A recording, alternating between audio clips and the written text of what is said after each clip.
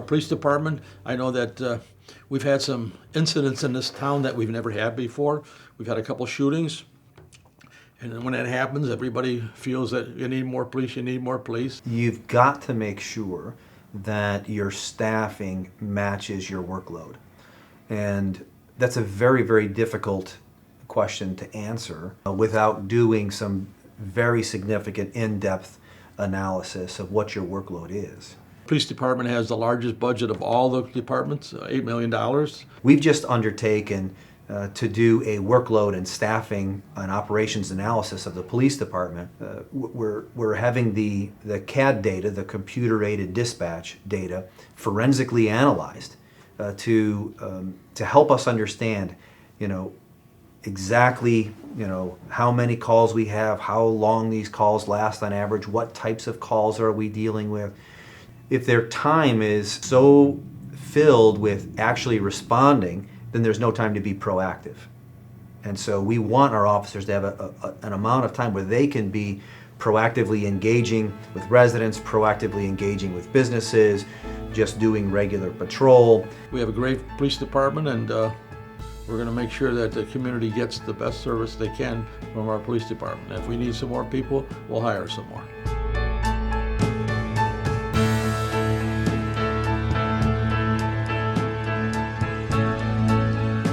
Subsequent to 9/11, there's all kinds of efforts to really coordinate emergency response at a whole different level, at the regional level.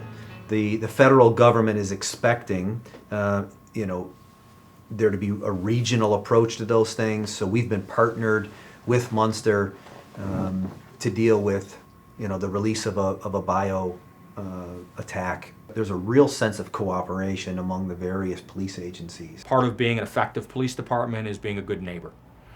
We share different resources, we share different training.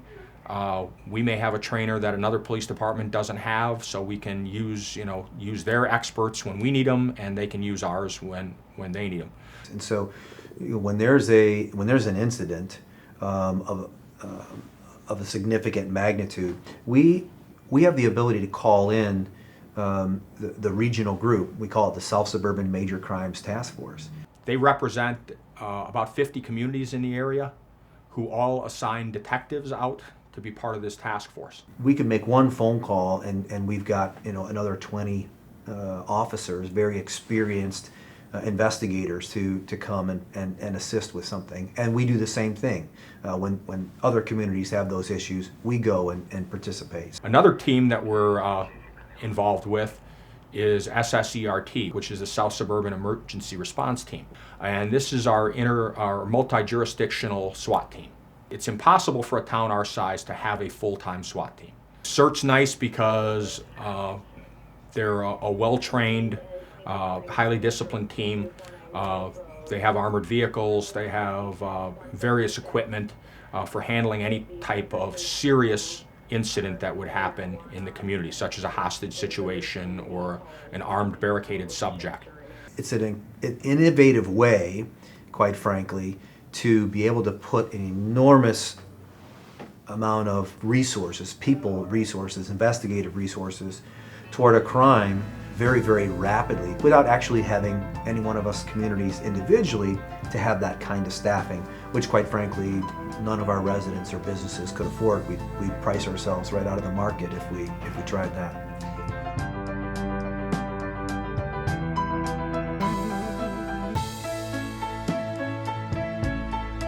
So we had an old FATS machine, and it was becoming antiquated and hard to fix, and we ended up purchasing a new one, Firearms Training simulator. It's kind of like a simulation where you go through scenarios of shoot or don't shoot, kind of like a live arcade system. It allows us to really test officers' judgment by putting them in scenarios, and we provide stress so that the officer has to function under stress. We're able to assess and determine their level of training, how accurate they are, what sort of verbal commands they're giving, so that when the officer's actually put in a real life scenario, they should fall back to their training.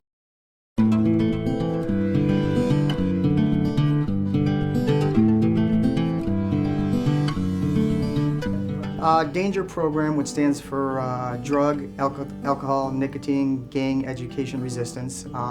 Basically, a few years back, they phased out the GREAT and the DARE program, and this was something that our community policing program came up with themselves to teach at our local school, giving the kids some life lessons, teaching them about drugs, alcohol, nicotine, and some of their decision makings that may affect their lives.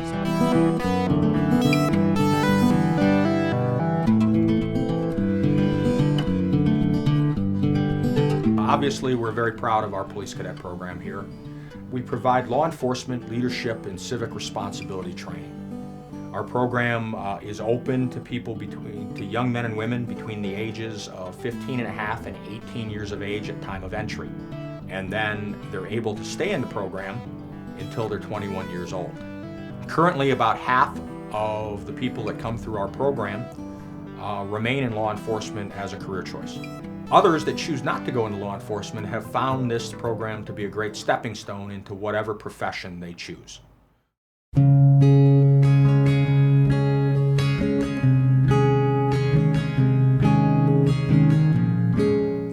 Code Red is a new system, emergency notification system that we just adopted maybe a couple months back. Allows us to basically communicate with the resident in a very quick time, probably capable of making up to 1,000 phone calls per minute, if not more. We were able to utilize that system just recently. We had a child who had gone missing. We received a number of calls from residents. We were able to locate the child. So we then can go back and provide a message that informs the public that she's been found, and thanking the public for their response.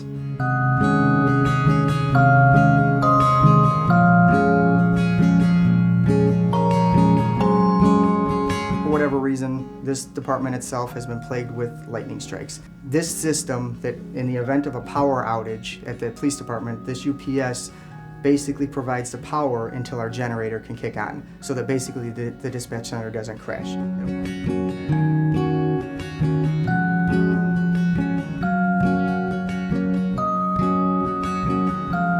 I encourage all residents to visit our village website. We have great information on there. If you go into the police department and click on weekly blotters, it basically tells you the activity that's been going on the previous week. There's also a crime stats section where it's broken down by beat. We have little pin maps that'll tell you where our residential burglaries have been, where our vehicle burglaries, and wherever there's been any graffiti incidents. So if you log on to this, you can get a good look at what's going on in your area, month by month. It's a great tool to have.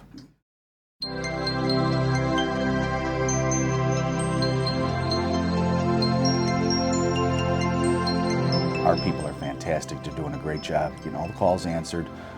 We have divers, we have fire investigators, we have people on TRT teams, hazmat teams, and they're constantly going out to improve their education. Our village has every reason to be proud of them every single day.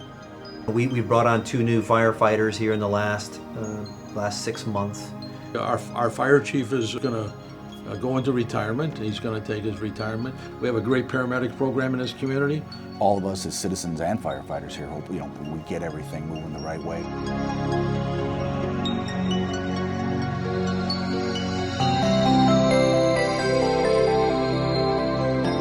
Another area where folks might not necessarily think about the use of technology, but it's very, very important, is on our ambulances. There's a new technology, a newer technology called 12-lead EKGs. If we have those on our ambulances, it provides significantly more information monitoring that patient while en route to the hospital. And we have the ability to then send that information to the hospital in advance of the ambulance arrival, so that emergency room physicians can be prepared for what they're about to encounter. Our residents deserve the absolute best care that we can afford. One of the things that we're very proud of is we do not get complaints from folks who say, I called for the fire department and they didn't come timely. I called for police service, dial 911, and I didn't get a good response from them or a timely response. Our folks are very, very capable, and we have very good response times.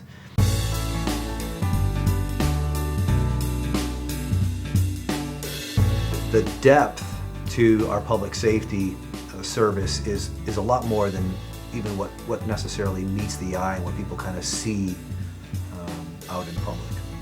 We have remarkably gifted, talented, dedicated professionals on both the paramedic and fire service side and the police side.